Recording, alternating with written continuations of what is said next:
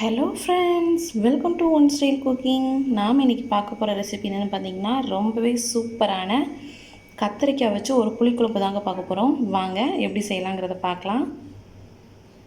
வீடியோக்குள்ளே போகிறதுக்கு முன்னாடி கீழே உள்ள ரெட் கலர் சப்ஸ்கிரைப் பட்டனை கிளிக் பண்ணுங்கள். கூடவே பக்கத்தில் உள்ள பெல் ஐக்கானையும் கிளிக் பண்ணுங்கள். அப்போ தான் நான் போடுற வீடியோ எல்லாமே உடனுக்குடன் உங்களுக்கு தெரிய வரும். வாங்க இப்போ வீடியோக்குள்ளே போகலாம். கத்திரிக்காய் புளிக்குழம்பு செய்கிறதுக்கு நான் ஒரு 3 கத்திரிக்காவை 6 பீஸாக அந்த மாதிரி வெட்டி வச்சுருக்கேன். ஸோ உங்களுக்கு எந்த ஷேப்பில் வேணுமோ அந்த மாதிரி வெட்டிக்கோங்க. அப்புறம் 2 தக்காளி கட் பண்ணி வச்சுருக்கேன். ஒரு 6-7 பூண்டை இந்த மாதிரி 2ஆக கட் பண்ணி வச்சுக்கோங்க. அப்புறம் இது ஒரு 10 சின்ன வெங்காயத்தை சின்னதாக கட் பண்ணி வச்சுருக்கேன். தாளிக்கிறதுக்கு கடுகு, உளுந்தம்பருப்பு, கொஞ்சமாக வெந்தயம், கருவேப்பிலை, குழம்புத்தூள் நம்ம வீட்டில் மொத்தமாக அரைச்சி வச்சுருப்போம்ல, ஸோ அந்த பொடி ஒரு 3 ஸ்பூன் எடுத்திருக்கேன். நீங்கள் குவான்டிட்டிக்கு ஏற்றாலும் எடுத்துக்கோங்க. மிளகாத்தூள் ஒரு 1 ஸ்பூன். இது கூடவே மஞ்சள் தூள் எல்லாமே சேர்த்ததுனால மிளகாத்தூள் மட்டும் கொஞ்சமாக எடுத்துருக்கேன், காரத்துக்கு ஏற்றால. அது உங்களுக்கு தேவைக்கு ஏற்றால சேர்த்துக்கோங்க. ஒரு சின்ன எலுமிச்சம்பழம் அளவு புளி எடுத்துக்கோங்க. அரைக்கிறதுக்கு பார்த்திங்கன்னா கம்மியாக கொஞ்சமாக தேங்காய், ஒரு 4 சின்ன வெங்காயம், ஒரு அரை ஸ்பூன் ஜீரகம் எடுத்துருக்கேன். ஸோ இதெல்லாம் சேர்த்து ஃபைன் பேஸ்ட்டாக அரைச்சிக்கோங்க. வாங்க இப்போ எப்படி செய்யலாங்கிறத பார்க்கலாம். இப்போ கடாயில் ஒரு 3 ஸ்பூன் அளவுக்கு ஆயில் சேர்த்துக்கோங்க. ஆயில் சூடானதும் நம்ம எடுத்து வச்சுருந்த கடுகு, உளுந்தம் பருப்பு சேர்த்துடலாம். கடுகு பொரிய ஆரம்பித்ததும் நம்ம வெந்தயம் சேர்த்துடலாம். வெந்தயம் சேர்த்திங்கன்னா நல்லா ஃப்ளேவர் நல்லாயிருக்கும். இது கூடவே நம்ம எடுத்து வச்சுருந்த பூண்டு சேர்த்துடலாம். பூண்டு கொஞ்சம் லைட்டாக வதங்கினதும் சின்ன வெங்காயம் சேர்த்துடலாம்.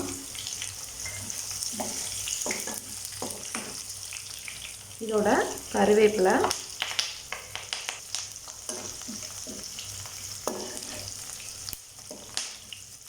கருவேப்பிலை எல்லாம் நல்லா பொரிஞ்சதும் தக்காளி சேர்த்துக்கோங்க.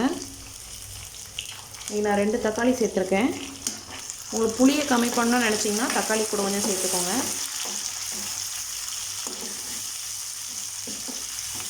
தக்காளி சீக்கிரம் வேகிறதுக்காக கொஞ்சமாக உப்பு சேர்த்துக்கோங்க, குழம்புக்கு ஏற்றாப்புல.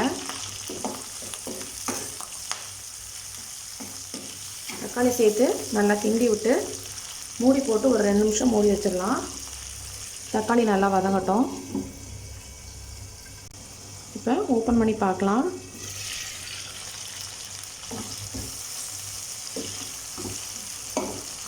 தக்காளி வெந்திருக்கு ஓரளவுக்கு.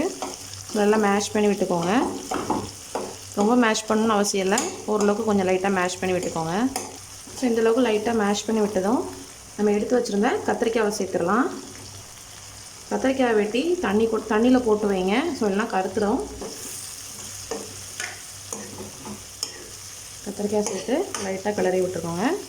இந்த கத்திரிக்காய் வந்து இந்த எண்ணெயிலேயே நல்லா வதங்கணும். ஸோ அப்படி வதங்கினா தான் அதோட டேஸ்ட் நல்லாயிருக்கும்.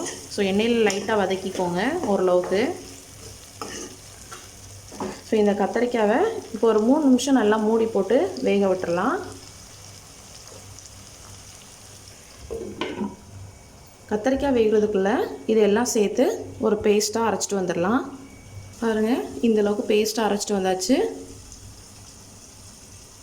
இப்போ மூடி ஓப்பன் பண்ணி பார்க்கலாம். பாருங்கள், இந்த கத்திரிக்காயெல்லாம் நல்லா வெந்திருக்கு, நல்லா டிரான்ஸ்பரண்ட்டாக இருக்குது. பாருங்கள், ரொம்பவே சூப்பராக இருக்குது. இந்த ஸ்டேஜில் நம்ம எடுத்து வச்சுருந்த குழம்பு பொடி சேர்த்துடலாம். கூடவே மிளகாத்தூள் சேர்த்துக்கோங்க. இதெல்லாம் சேர்த்து நல்லா லைட்டாக மிக்ஸ் பண்ணிக்கோங்க. ஜெண்டெல்லாம் மிக்ஸ் பண்ணுங்கள். கத்திரிக்காய் மசியாத அளவுக்கு ஜெண்டெல்லாம் மிக்ஸ் பண்ணிக்கோங்க. இப்போ இந்த மசாலா கூட நம்ம எடுத்து வச்சுருந்த புளி தண்ணியை சேர்த்துடலாம்.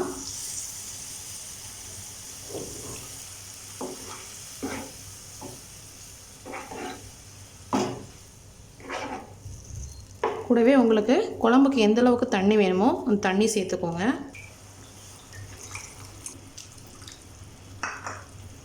ஸோ இந்தளவுக்கு தண்ணி சேர்த்து உப்பெல்லாம் செக் பண்ணிக்கோங்க.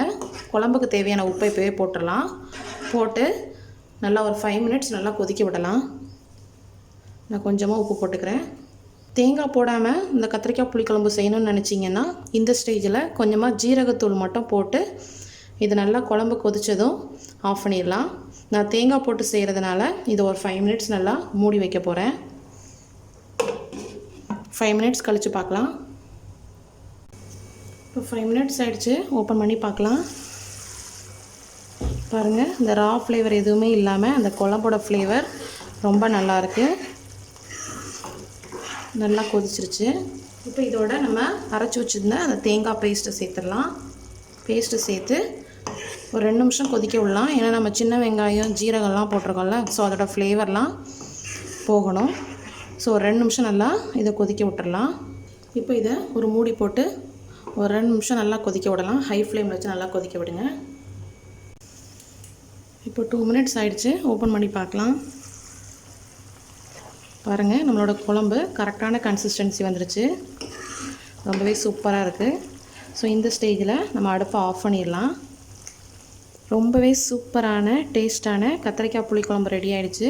நீங்களும் உங்கள் வீட்டில் ட்ரை பண்ணி பாருங்கள். உங்களுக்கு பிடிச்சிருந்ததுன்னா நம்ம சேனலை லைக் பண்ணுங்கள், ஷேர் பண்ணுங்கள், சப்ஸ்கிரைப் பண்ணுங்கள், மறக்காமல் கமெண்ட் பண்ணுங்கள். தேங்க்யூ.